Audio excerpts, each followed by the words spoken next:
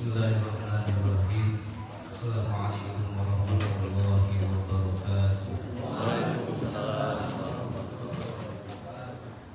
Alhamdulillahilladzi khalaqal mauta wal hayata liyabluwakum ayyukum ahsanu amala wa huwal azizul ghafur. Asyhadu an la ilaha illallah wahdahu la syarika lah takbiran bihi wa tauhidan. Wa asyhadu anna Muhammadan abduhu wa rasuluhu la nabiyya ba'dah. Allahumma shalli wa sallim ala sayyidina Muhammadin abdika wa nabiyyika wa rasulika an-nabiyil ummi wa ala alihi wa sahbihi wa sallim. Allah Ta'ala fil Qur'anil Karim. A'udzu billahi as-sami'il 'alim minasy syaithanir rajim. Wa laqad na'lamu annaka yadhiqu sadruka bima yaqulun fasabbih bihamdi rabbika wa kum minas sajidin wa'bud rabbaka hatta ya'tiyakal yaqin. Puji dan syukur kita panjatkan kepada Allah Azza wa Jalla wahdah pada pagi ini, malam ini. Ini tidak ingin jadi sesuai.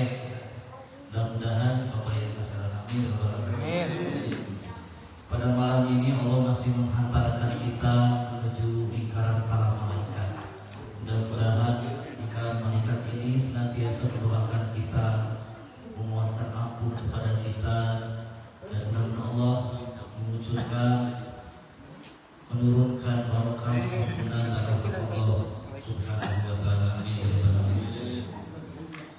Pada malam ini kita akan melanjutkan kajian kitab Arba'in Hadis Arba'in Imam An-Nawawi. Imam An-Nawawi ini merupakan seorang ulama besar di zamannya, sampai menulis banyak beberapa kitab, dan kita bisa menikmati dan memahami apa yang para ulama tulis. Dan mudah-mudahan kita ingin memberikan keberkahan kepada kita agar kita semakin taat, semakin patuh, semakin tunduk, dan senantiasa mengamalkan kemampuan kita untuk mengamalkan ajaran Islam dengan kafah. Amin ya rabbal alamin. Al-hadis as-salisul ashr. Adapun hadis yang ke-13. An Abi Hamzah Anas bin Malik, dari Abi Hamzah Anas bin Malik radhiyallahu taala anhu, semoga Allah meridhoinya, khadimnya Rasulullah sallallahu alaihi wasallam. Beliau adalah khadim, pembantunya baginda Nabi Muhammad sallallahu alaihi wasallam. Telah berkata, qala Rasulullah sallallahu alaihi wasallam, Rasul bersabda, la yu'minu ahadukum, tidak sempurna keimanan seseorang di antara kalian, hatta hingga yuhibbu li akhihi, mencintai saudaranya, ma apa-apa yang dicintai, ma yuhibbu apa-apa yang dicintai, bin nafsihi untuk dirinya. Rawahul Bukhari wal Muslim, diriwayatkan oleh Imam Al-Bukhari dan Imam Muslim. Nah, di sini menjelaskan kepada kita bahwasanya salah satu rangkaian samroh buahnya dari iman Islam kita yaitu menampilkan akhlak mulia. Salah satu dari akhlak mulia, dari ratusan akhlak mulia dalam Al-Quran dan hadis, tidak sempurna imannya, di mana la yu'minu ahadukum ay imanan kamilan. Jadi kita harus beriman itu secara kamil, sempurna.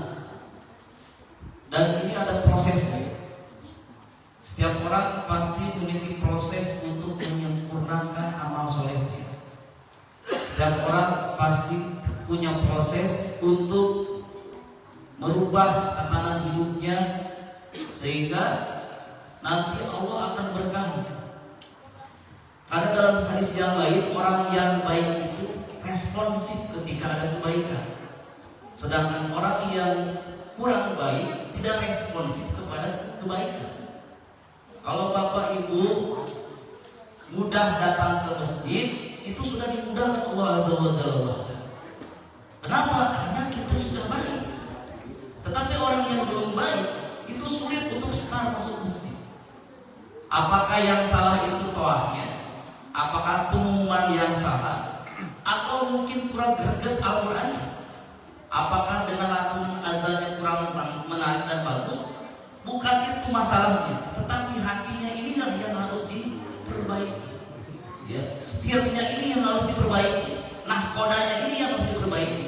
Siapa yang memperbaikinya? Apakah kita yang memperbaiki akhlak orang lain? Tidak. Kita hanya tabligh, menyampaikan.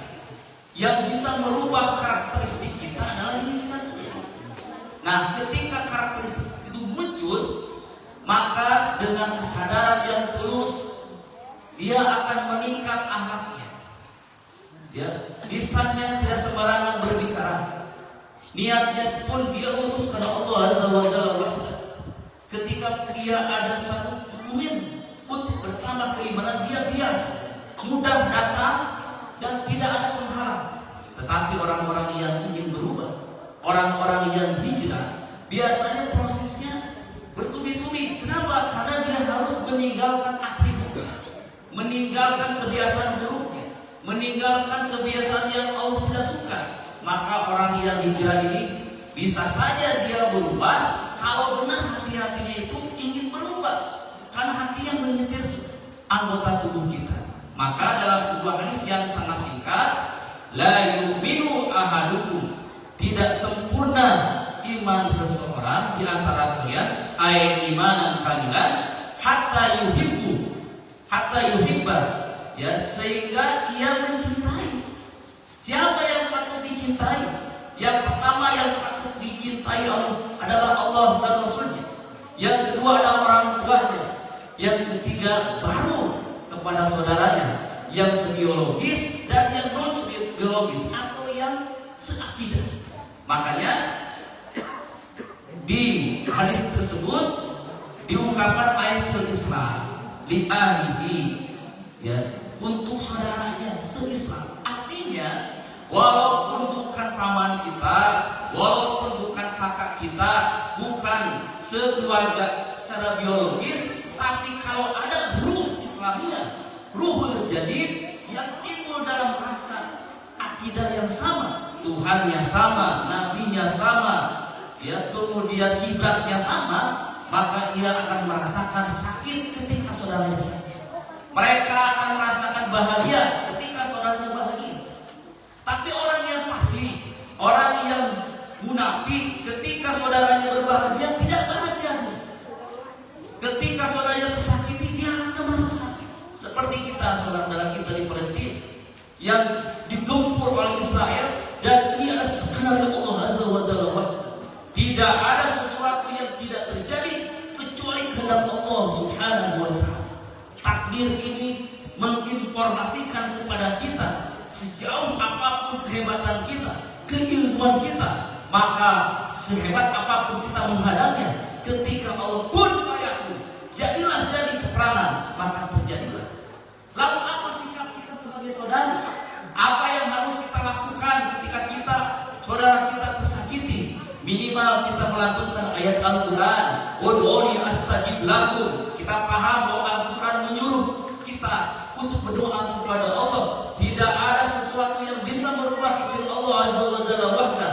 Tidak ada sesuatu yang bisa memenangkan kecuali dengan izin Allah Azza wa Jalla wahdah. Maka seyogyanya bagi umat Islam yang memiliki akidah yang sama, memiliki keyakinan yang sama, maka seyogyanya banyak berdoa, bukan hanya untuk diri kita, tapi saudara kita yang bersakit. Allahumma a'izzal Islam wal muslimin wa'ansurna lil ikhwanil muslimina wal mujahidina wal mujahidina wa mustad'afina bi Palestina wa bi Suriah wa bi kulli makan wa kulli zaman. Saudara kita ditakdirkan di sana dibantai. Kita dibantai bukan dengan bentuk jiwa, tetapi bentuk peperangan ideologi. peperangan keyakinan, peperangan antara saudara, peperangan beda akidah, peperangan antar fikih yang berbeda yang dibelokkan oleh orang-orang yang benci kepada Islam. Maka ketika kita sudah yakin hadis ini, meyakini hadis Sahih Imam Bukhari Muslim di hadis ke-13 Imam Bukhari dan Imam Muslim hadis ke-45, la yu'minu ahadukum hatta yuhibbu li ahli ma yuhibbu bi nafsi. Tidak sempurna keimanan seseorang. Artinya belum sempurna. Kalau rumah mungkin belum dihiasi, belum ada dindingnya, belum ada catnya, belum ada sesuatu yang bisa sempurna, maka itu adalah penyebabnya karena tidak menyayangi saudaranya. Hatta yuhibba, sampai ia mencintai li ahli saudaranya, ma apa-apa yuhibbu, ya dicintainya li nafsihi, untuk dirinya, seperti mencintai orang lain seperti mencintai dirinya sendiri. Dan ini adalah yang Rasul ajarkan kepada umat. Kembali kepada Anas bin Malik. Abi Hamzah Anas bin Malik, seorang yang didoakan oleh Rasulullah, ya, didoakan oleh Rasulullah, yang tatkala ibunya bertanya kepada ya Rasulullah, doakan anakku ini adalah saudaramu ya Rasul. Maka Rasul membacakan doa yang sangat populer, Allahumma aksir maluhu, ya Allah perbanyak hartanya, wawaladuhu, anak-anaknya, kemudian dipanjangkan usianya, diampuni dosanya, bahkan wa udkhilhul jannah, dan dimasukkan dia kepada surga Allah Azza wa Jalla. Dan doa ini ketika mentafsirkan atau mensarahi hadis yang diriwayatkan oleh Abi Hamzah Anas bin Malik, dan ini termaktub dalam kitab-kitab klasik yang harus kita yakini. Kalau kita ingin mendapatkan anak yang soleh, maka mintalah doanya kepada orang-orang yang berilmu, mintalah kepada guru-guru kita, mintalah kepada yang paham kepada tentang hukum Islam, dan itu bisa aja Allah memberikan hidayah kepada orang-orang yang dipilih oleh Allah Subhanahu wa Ta'ala. Ala u'allimuka salasan khisalin tanfa'u biha. Maukah kalian aku tunjukkan kepadamu, wahai Anas, tentang 3 hal yang akan bermanfaat dengan amal itu? Faqultu, maka seorang yang muda ini dia menjawab, bala ya Rasulullah, bi abi wa ummi anta ya Rasulullah, dengan ayahku, ibuku, dan engkau ya Rasulullah. Kemudian Rasul menyampaikan, mata laqaita min ummati, ketika engkau bertemu dengan saudara atau dengan umatku, ahad dan seseorang, fasallimu alaih, maka ucapkan salam, yatlu umuruka, maka akan panjang usia. Jadi Bapak Ibu, Rasul memberikan pesan kepada Hamzah Anas bin Malik, kalau kalian atau kalau kamu wahai pemuda, jika ingin menjadi orang-orang yang dipanjangkan usianya, artinya bukan panjang secara hitungan 100 tahun, tetapi barokah usianya, maka sebarkan salam kepada saudaranya atau umatku, kata Rasul. Wa idza dakhalta baitaka, apabila kau masuk ya baitaka kepada umatmu, fasallim alaihim yaqsulu khairu baitika, maka kamu akan mendapatkan rumah yang memberikan kebaikan, banyak kebaikan di dalam rumah. Jadi kalau kita masuk rumah, ketok pintu, walaupun tidak ada siapa-siapa, ucapkan salam.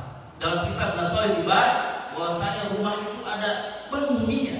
Semua rumah tidak pernah lepas dari makhluk-makhluk Allah, pengikut iblis dan Allah. Namanya siapa Pak? Ada yang tahu? Setan apa? Setan dasi.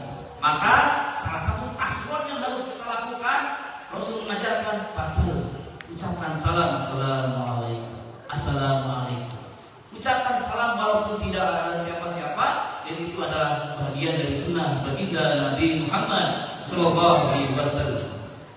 Washolli sholat duha, dan tunaikanlah sholat duha. Jadi kalau kita ingin sesuatu yang diberikan kemanfaatan yang Rasul sampaikan kepada Abi Hamzah Anas bin Malik, maka 3 ini harus kita lakukan. Ucapkan salam kepada saudara kita, pada umat Rasulullah SAW, kemudian ucapkan salam tatkala kita masuk rumah, dan kita harus dawam sholat duha. Dawam itu apa itu? Sholat duha minimal 2 rakaat. Batasnya kapan? Sebelum adzan zuhur. Bagusnya di stop. Orang-orang pilihan Allah, dia akan menyambut untuk berdialog dengan Allah. Dia ingin terus bercengkrama dengan Allah. Tatkala dia tidur, dibangunkan oleh Allah Azza wa Jalla wahda, dia bermohon kepada Allah, merintih kepada Allah, keluh kesahnya disampaikan, proposalnya kepada Allah Azza wa Jalla wahda, maka Allah akan melindunginya. Walaupun kesulitan itu terus datang kepada kita, tetapi Allah akan memberikan solusi. Dan orang-orang itulah pilihan Allah. Wa minal laili fatahajjat bihi nafilatan laka asa ayyab asqa rabbuka maqaman mahmuda.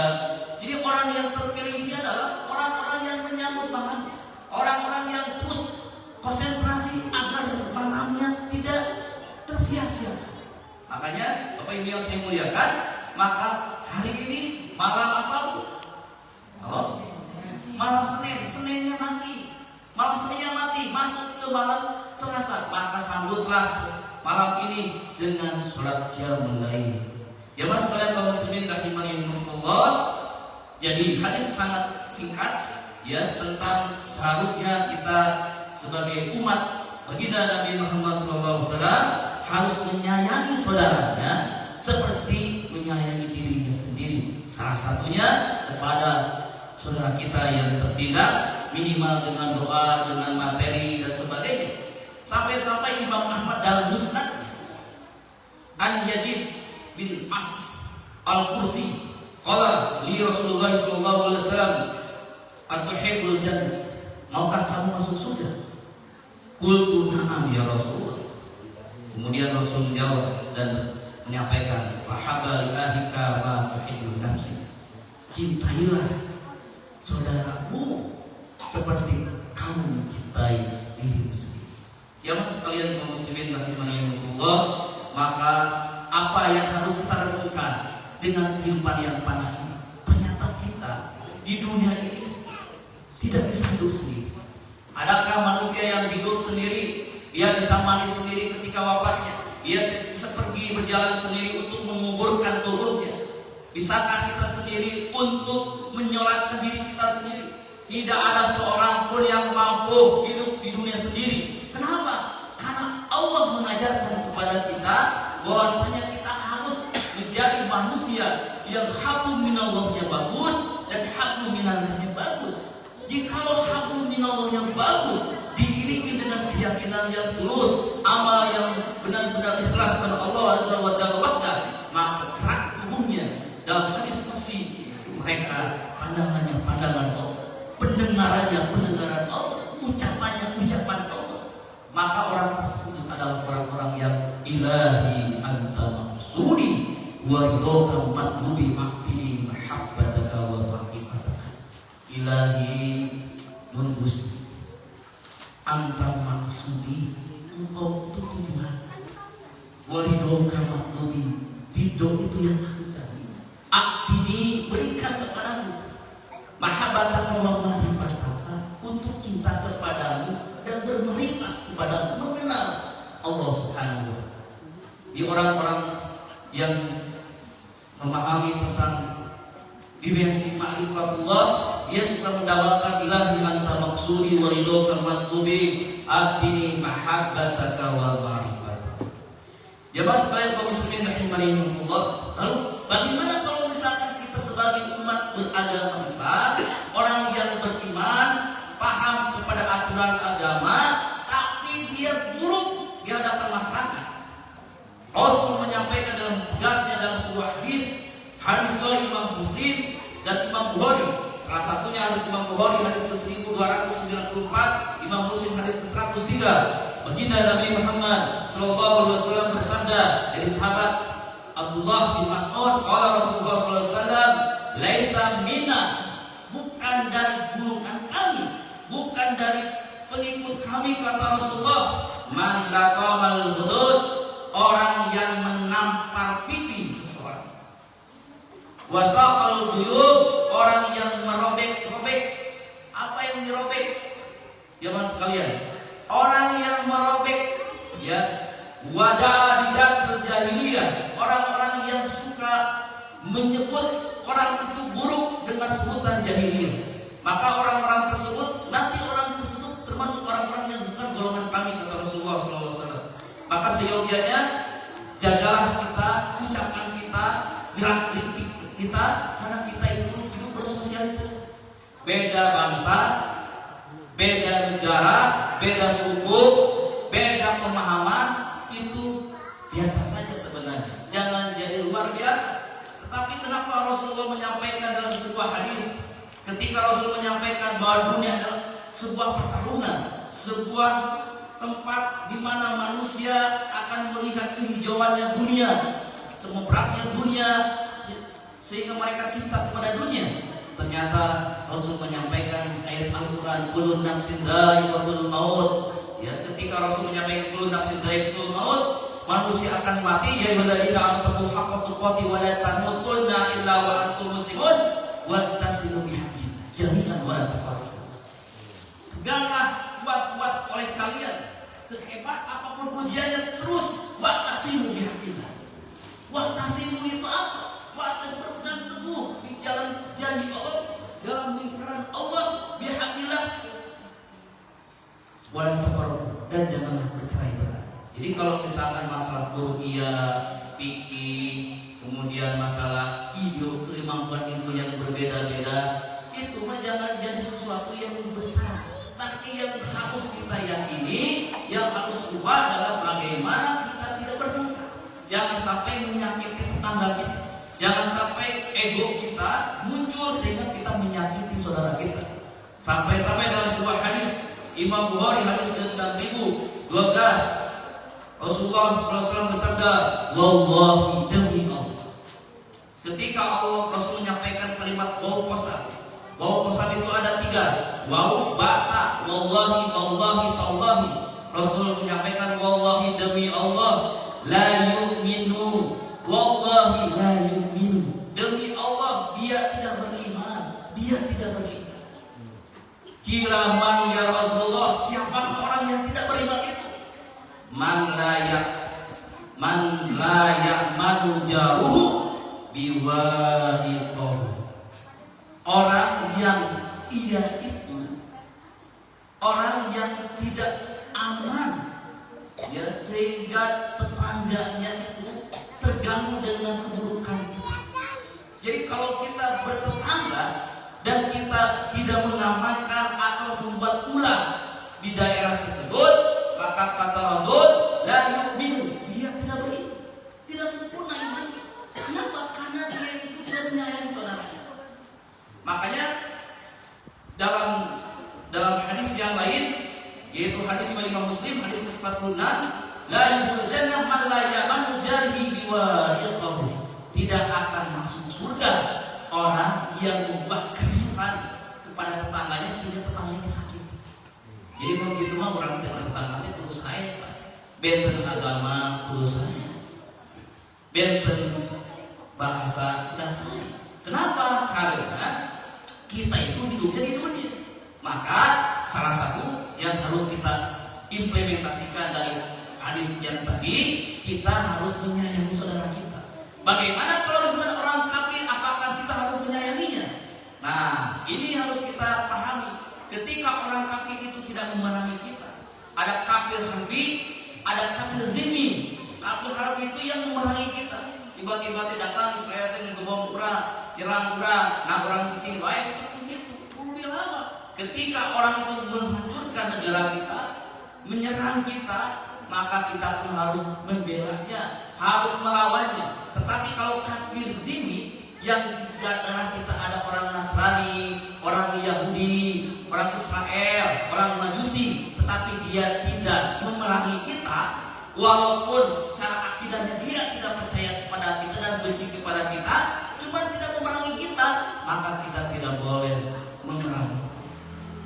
Jemaah sekalian kaum muslimin rahimakumullah, maka baiklah kita harus kuat mental uji. Kita harus kuat ketika Allah uji. Salah satunya ketika dicomongkan, dihina, dipitnah. Kudu jelema solema kudu dipitnah. Kudu jelema solema kudu dipasihan ujian. Bentuknya fitnah, bencian. Kenapa? Rasul itu dibenci bukan di dunia saja. Rasul dibenci bukan hanya ketika Rasul itu hidup, sampai Rasul wafat Rasul dibenci. Siapa yang membenci Rasulullah SAW, dia orang yang tertutup hatinya. Dan surah Al-Hijr ayat 97 sampai 99 Allah berfirman, "Walaqad na'lamu annaka yadhillu sadruka bima yaqulun." Demi kami mengetahui annaka wahai Muhammad yadhillu sadruka, dadamu sangat sempit bima yaqulun, dengan apa-apa yang mereka ucapkan. Siapa yang mengungkapkan kebencian? Dia orang-orang Nasrani. Siapakah yang mengungkapkan kebencian? Dia orang-orang Yahudi. Siapakah yang benci kepada Rasulnya? Orang munafik. Dia ada di barisan Islam, tapi dia mengobok-obok Islam. Orang-orang yang ngaku Nabi zaman Rasul banyak. Setelah pasca Rasul meninggal dunia banyak. Maka ayat ini dijelaskan kepada kita, selevel baginda Nabi Muhammad SAW, sekalipun Rasul sudah wafat, banyak yang benci. Walaqad na'lamu annaka yadhillu sadruka bima yaqulun. Maka solusinya adalah fasabbih bihamdika. Maka bertasbihlah, memujilah Tuhanmu. Bihamdika wa qum minas sajidin. Terus tunduk kepada aturan Allah. Wa'bud rabbaka hatta yatiyakal yaqin. Sampai kau senantiasa menyembah Tuhanmu wahai Muhammad, hatta hingga yatiyakal yakin, datanglah keyakinan itu. Seluruh ahli tafsir mengatakan yang disebut yakin dan surat Al-Hijr ayat 99, baik itu dalam tafsir Syekh Abdul Qadir Al-Zailani qaddasallahu sirrahu dalam jilid keempatnya, Mempobari menyebutkan al-yakin al-maut, sampai kita wafat harus diuji. Bukankah orang tua yang punya harta, banyak harta, emang nggak diuji? Sudah meninggal diuji, anak-anaknya bertarung dengan anak-anaknya, dengan saudara-saudaranya. Ya, rampas warisan-warisannya yang tidak benar, atau dia tidak baik sama saudaranya. Sedangkan Rasul mengajarkan kita harus baik kepada saudaranya, bukan hanya kepada orang yang saudara yang biologis, yang jauh dari biologis kita, tapi yakin sama dengan kita, itu harus dihormati, harus disayangi. Maka jamaah kaum muslimin rahimakumullah, maka orang yang senantiasa menjadi pilihan Allah, mau tidak mau membawa telur, siap diuji, karena endingnya ketika sudah wafat ujian pasti ada. Apakah anak kita, keturunan kita itu mendoakan kita atau tidak? Emang terjadi bukan kurang pikir tukang buka-buka, buka incu, nah incu kurang tema doa kurang, atau nabi muata. Sebelum incu kita, cucu kita besar, kita tampil di dunia itu yang baik. Tampil ke masjid, ucapan nasae, tengah bohongan. Nanti anak-anak memotret. Anak itu memotret tingkah laku kita. Kalau kita yang tidak sholat, tidak mendoakan orang tua kita, ibaratnya anak kita dia akan mendoakan kita. Kalau kita misalkan kita tidak baca Quran di rumah, nanti anaknya pun tidak akan bisa baca Quran di rumah. Gak mau, karena ayahnya itu tidak baca Quran. Maka tabligh yang benar bukan hanya saja dengan ucapan, ya, dengan hadis sahih, ayat Al-Quran, tetapi Rasul mengajarkan dengan akhlak. Ya ayyuhalladzina amanu, ya wahai orang-orang yang beriman, kabura maqtan indallahi an taqulu ma la taqulu. Ini teguran bagi para khatib, para ustaz, para kiai, wahai orang-orang yang beriman, kenapa engkau berucap tetapi engkau melakukannya? Kabura maqtan indallahi an taqulu ma la taqulu. Sedangkan engkau berucap tapi engkau tidak mengamalkan, sedangkan Allah ajanya besar bagi orang-orang yang berilmu tapi tidak mengamalkan. Mun bapak ibu sudah tahu ilmu Al-Quran, tapi tidak baca Quran, tidak mau baca Quran. Kalau kita sudah tahu kita hadis ini, bahwasanya orang yang baik itu adalah orang yang sayang kepada saudaranya, walaupun saudaranya bukan biologis, maka adalah bentuk dari buah dari keimanan kita. Ya mas kalian kaum muslimin rahimakumullah, maka sebagai umat yang beragama Islam tetap harus berbuat baik kepada saudaranya sekalipun orang itu adalah orang kafir. Sampai ada kisah yang saya menarik ketika ada seorang ulama besar namanya Sahal bin Abdullah At-Tastari rahimahullah ta'ala, lakana lahu zaru dhanni. Dia memiliki tetangga zimmi, ya kafir, tetapi dia tidak menentangnya, tidak memeranginya. Di mana dia memiliki rumah yang rumahnya itu memiliki sesuatu yang rumah syekh itu ya dikenai dengan kotoran air dari limbah tetangganya, ya beda di Sahli, ya di mana tatkala itu Sahal itu ya daukul yaumil ajam yafna, dia menaruh ya bejana di rumahnya setiap siang, lalu dikumpulkan sampai malam ia melemparkan kumpulan kotoran dari tetangganya itu, ya haitsu la yarahu, karena dia tidak mau dilihat oleh tetangganya bahwasanya dia sedang keluar untuk membuang kotoran dari tetangganya yang bocor itu ke rumahnya. Kemudian waqala lahu, tatkala Syekh itu ya zaman tawilah, dengan waktu yang begitu panjang, waktu yang begitu lama, tahun demi tahun, maka illa anna hadarat Sahlan al-wafah, maka tatkala Sahl itu akan dihadirkan wafatnya, pastad'u, maka pastad'i, ia memanggil ya jarihi dari tetangganya itu, ya al-majusi, dari orang majusi. Di tetangganya orang majusi, dia memiliki rumah yang air kotorannya masuk ke rumah Sahl bin Abdullah At-Tastari, dan tatkala itu disuruh masuk, dan tatkala masuk dia melihat umurma, ya buat apa? Dilihat sesuatu, ternyata ada lubang yang menjatuhkan kotoran-kotoran dari rumah dia ke rumah Syekh tersebut. Kemudian ma hadzal ladzi qala sabada munun zamanun tawilun, aku melakukan ini dan merasakan ketidaknyamanan ini sangat panjang sekali, ya di mana ya beliau suka memberikan sebuah keikhlasan dengan takdirnya, tapi aku ingin tatkala aku ajak tiba, kau tahu bahwasanya aku tersakiti dengan suasana seperti ini. Maka tatkala itu ya beliau mengatakan, wahai Syekh, ayo Syekh, anta ta'amani, engkau telah mengajarkan kepadaku sebuah amalan, bihadal muamalah, dengan amalan ini untuk zaman tawil yang sangat panjang. Amalan ini wa ana, sedangkan aku dalam keadaan kafir, mud yadaka, kemarilah tanganmu, fa ana asyhadu la ilaha illallah wa anna muhammadar rasulullah, summa mata Sahl rahimahullah ta'ala. Maka tatkala orang itu mengucapkan dua kalimat syahadat, sahaja wafat.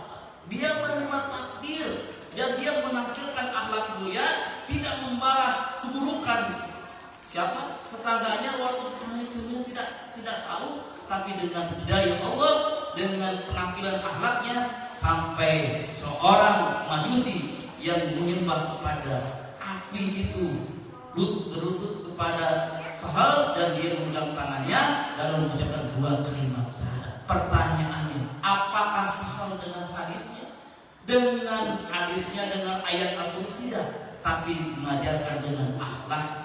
Jadi akhlak ini magnet begitu hebat, ketika virus positifnya itu tersebar kebaikannya, otomatis orang itu akan bias dan dia kena magnet. Bukankah ketika ada orang yang haji, satu kali haji dia ingin haji lagi, kenapa? Energi positif luar biasa.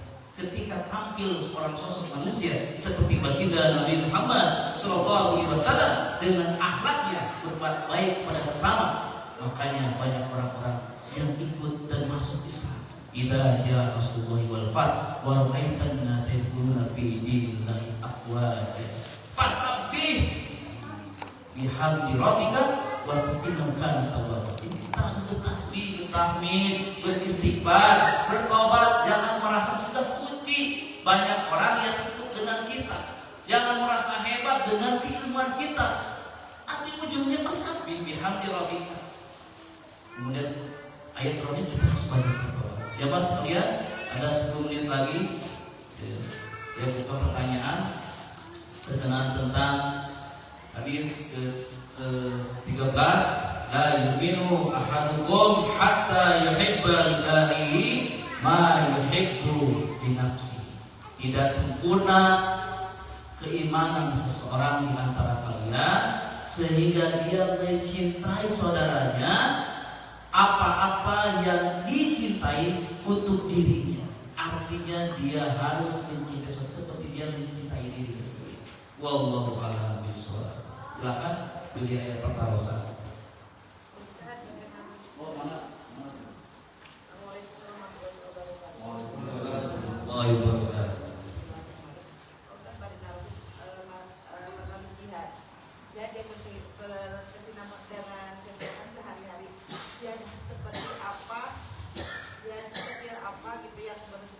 yang bersentuhan dengan kehidupan sehari-hari. Jihad kalau dia sepakat dan tadi menyayangi sesama adalah termasuk baik. Ini yang bersentuhan dengan kehidupan sehari-hari itu jihad seperti apa? Jihad yang kecil apa itu? Jihad seperti apa? Perbuatannya seperti apa? Assalamualaikum warahmatullahi wabarakatuh. Jihad untuk diri sendiri atau individu sebenarnya banyak. Sebenarnya banyak karena kita sudah memahami mana yang baik, mana yang buruk, mana yang lebih baik, mana yang baik, mana yang sukses dan lebih sukses. Jihad yang sebenarnya adalah jihad dengan jiwa kita, dengan nafsu kita. Makanya saya pernah sampaikan di pengajian Al-Amin, Imam Syafi'i dalam kitab Kifayatul Adhiyah halaman 100 lebih ya, ada pertanyaan, 8 pertanyaan kepada Imam Syafi'i rahimahullah. 8 pertanyaan ini mudah-mudahan menjadi jawaban. Karena jihad yang sebenarnya itu jangan diam, tetapi mau merubah kepada tangga selanjutnya. Ketika dia masuk kepada gradasi yang pertama, dia harus naik ke gradasi kedua. Maka ketika kita punya ilmu TK harus naik ke SD, SMP, SMA. Nah, setiap fase-fase itu mesti lewati sampai kita meninggal dunia. Maka jihad yang sebenarnya adalah jihad bagaimana melalui waktu ini yang Allah sediakan dipergunakan dengan baik. Ya, digunakan dengan baik. Kullu ma'rufin shadaqatun. Salah satunya setiap yang baik adalah sedekah. Bentuk sedekah itu kan bukan hanya dengan materi, dengan akhlak itu sedekah. Makanya Imam Syafi'i rahimahullah taala selain ya waktu itu adalah ya ujian buat kita, jihad buat kita, bagaimana 24 jam ini kita isi dengan positif. Kebanyakan kita jadi 24 jam kita isi hanya beberapa menit untuk ibadah kepada Allah Subhanahu wa taala. Sedangkan Allah menyampaikan ya ayyuhalladzina amanu dzikran katsira wasabbihu dzikran wasila. Perbanyaklah zikir kepada Allah sebanyak-banyaknya. Artinya zikir bukan hanya dengan lisan saja, zikir hati sudah ada, berbuat kemana pun kita melangkahkan kaki ke tempat kerja kita juga sebuah jihad, tolakul ini juga jihad. Tapi yang terpenting bagaimana cara menyetir hati kita, menyetir hati kita yang banyak dosanya, yang banyak gelapnya, yang banyak kotornya. Maka Rasul punya klik password ya muqallibal qulub sabit qalbi ala dini Jadi hati ini yang kadang membuat kita jadi jahat. Hati ini yang membuat kita jadi lupa kepada Allah. Maka hancurkan hati yang beku ini, hancurkan hati yang kadang membuat jadi lemah karena didorong dengan kekuatan hawa nafsunya. Dengan jihad apa? Salah satunya dengan zikir la ilaha illallah. Tanamkan dalam kita hari kita kotor, bukan bersih. Jangan merasa sudah bersih, sudah hafal Quran. Emang jadi orang yang hafal Quran tapi tidak mengamalkan itu bukan ya ayyuhalladzina amanu lima taqulun. Orang yang menghafal Quran tapi tidak menghafalkan Al-Quran itu beda gradasinya. Makanya jihad yang sebenarnya jihad untuk diri kita sendiri dengan hawa nafsu kita. Imam Syafi'i ditanya, mana yang dekat, mana yang paling dekat. Min wajibin 'alan nasi ayatubu. Orang manusia itu wajib. Apa yang harus dia tubuh? Dia harus bertobat. Jadi kalau kita ingin tahu yang dekat itu, yang wajib itu adalah tubuh, bertobat. Wajib. Kemudian Imam Syafi'i melanjutkan ucapannya dalam Kifayatul Akil, lakin taqdumu aujabu.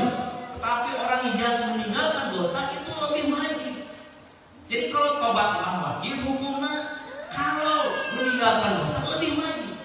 Itu Imam Syafi'i. Wa dakhlu fi sahfihi, dan orang yang tahu perubahan masa sekarang itu 2023, era akhir dunia. Allah sudah menampilkan kejahatan dunia.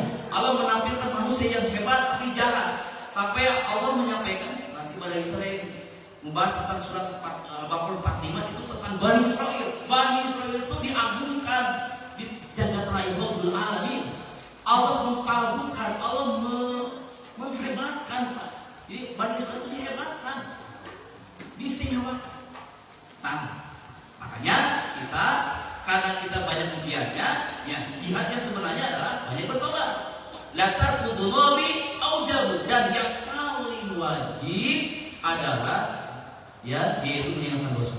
Wadah mufisohri azibun, sesuatu yang perubahan masa itu membuat ajib, yang takjub. Wabokatun nasi ando ajabu, tetapi orang yang tidak mewarnai keimanannya dalam perubahan zaman itu lebih ajib. Artinya orang itu tergilas dengan perubahan zaman itu. Wasobru fil naibati, sabar itu menyakitkan. Sokbun lakina wasadul tawari as'abu, tetapi tatkala pahala datang kepada kita di pada pengajian, ada azan untuk malam, tapi tidak meresponsif, itu sebenarnya lebih azim. Karena dia tidak mau merespon, dia akan sedih, dia akan sob itu akan lebih sulit lagi, ya.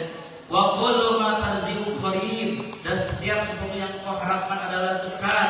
Wal mautu min duni zalika aqrab, tetapi kematian yang lebih dekat. Jadi kesimpulannya, jihad akbar adalah jihad melawan hawa nafsu kita. Kita isi 24 jam dan waktu yang tersisa kita sedang antri dalam kematian. Orang-orang ingin punya jabatan yang tinggi, harta yang banyak, sebenarnya kita sedang antri dalam kematian kita. Kita tidak tahu kapan kita meninggal, maka persiapan yang terbaik untuk mempersembahkan kepada Allah amal yang baik dan terbaik. Allahu a'lam. Assalamualaikum warahmatullahi wabarakatuh. Jazakumullah khairan katsiran dari Ustaz Aris. Maka saudara orang untuk kajian dia untuk